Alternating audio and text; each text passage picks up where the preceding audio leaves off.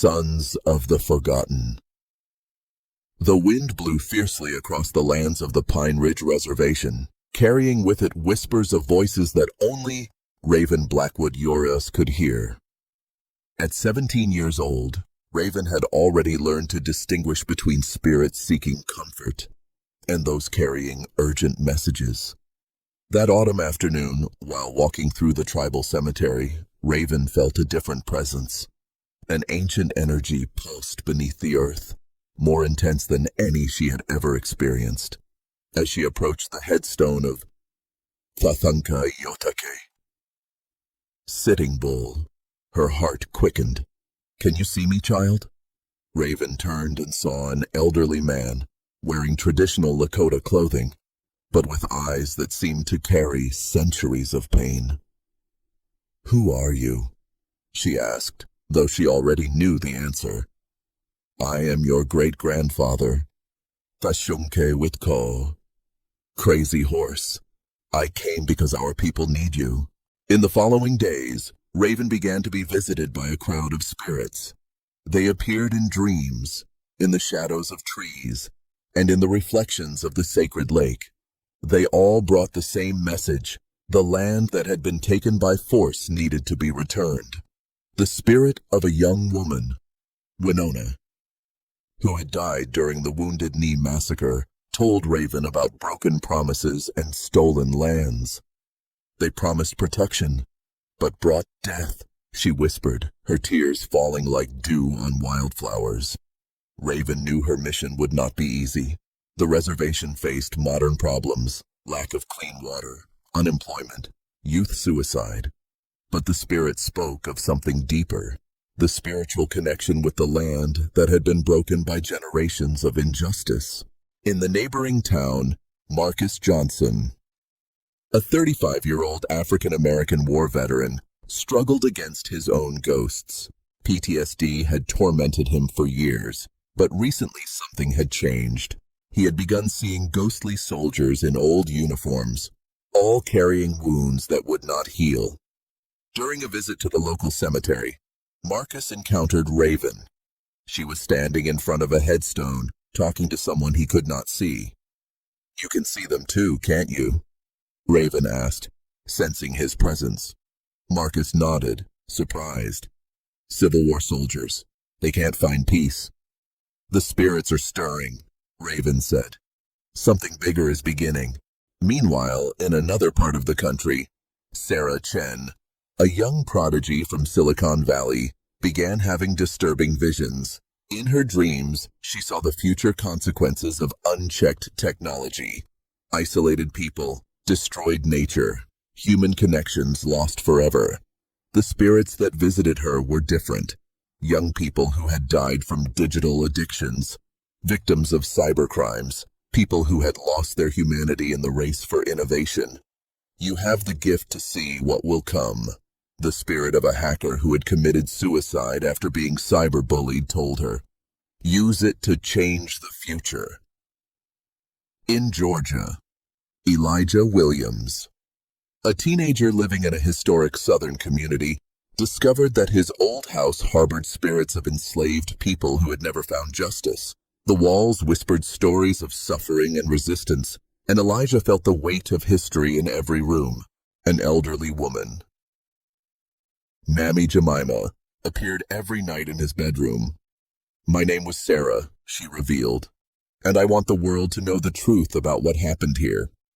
In an Amish community in Pennsylvania, Samuel Miller, an 8-year-old child, began having visions of the modern world.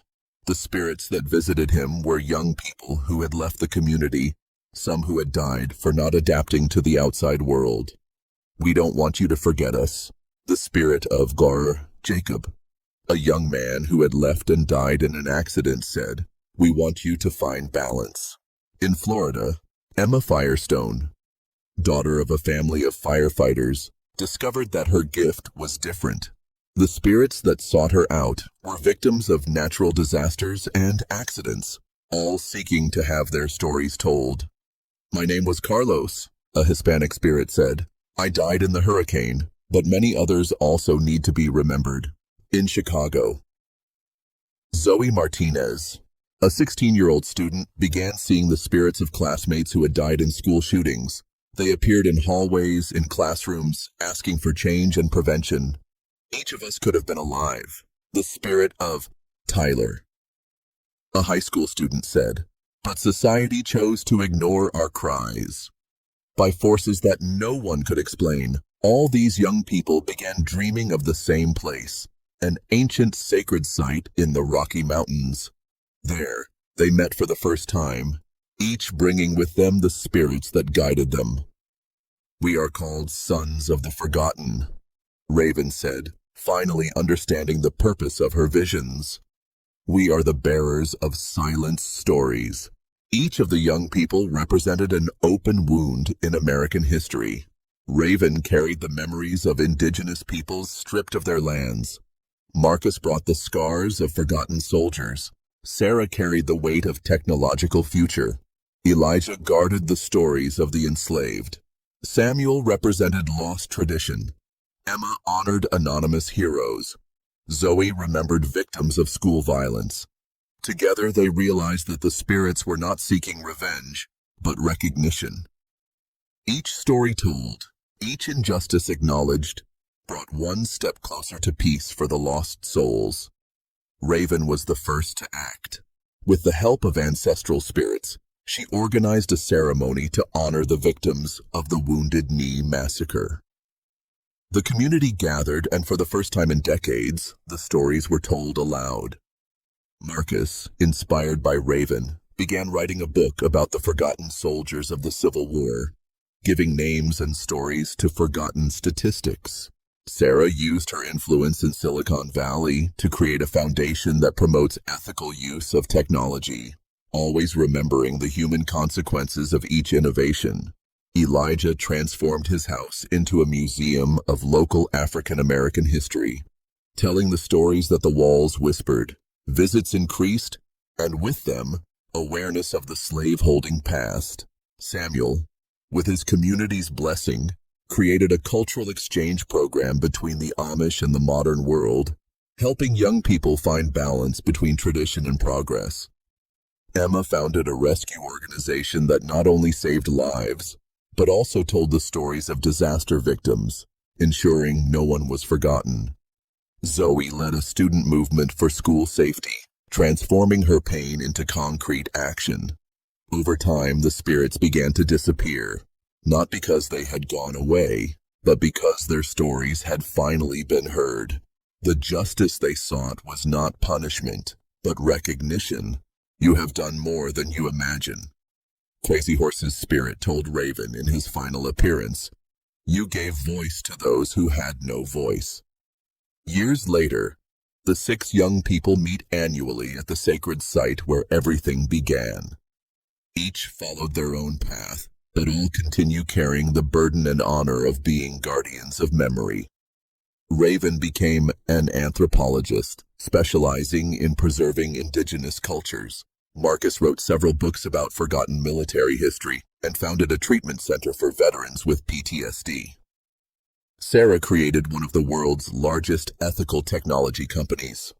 Elijah is a university professor and civil rights activist. Samuel became a cultural mediator between traditional and modern communities. Emma is chief of a major city's rescue department. Zoe is a senator, fighting for school safety policies. Their story spread, inspiring other young people to listen to the silenced voices of the past. They learned that true power is not in changing the past, but in ensuring it is not forgotten. The spirits continue to appear, but now no longer as tormented ghosts, but as wise guides. And the Sons of the Forgotten continue their mission. One day at a time, one story at a time, one voice at a time. Because some stories are so important they cannot be forgotten. And some young people are so brave they are willing to carry the weight of these memories until the world is ready to hear them. This is the story of young people who chose to listen to the whispers of the past and transform their pain into purpose. It is the story of how 6 different voices united to give voice to those who had no voice. It is the story of how sometimes the greatest act of courage is simply to listen. For those of you who've made it this far, don't forget to subscribe to our YouTube channel, like, and leave a comment. See you in the next videos. A big hug to everyone.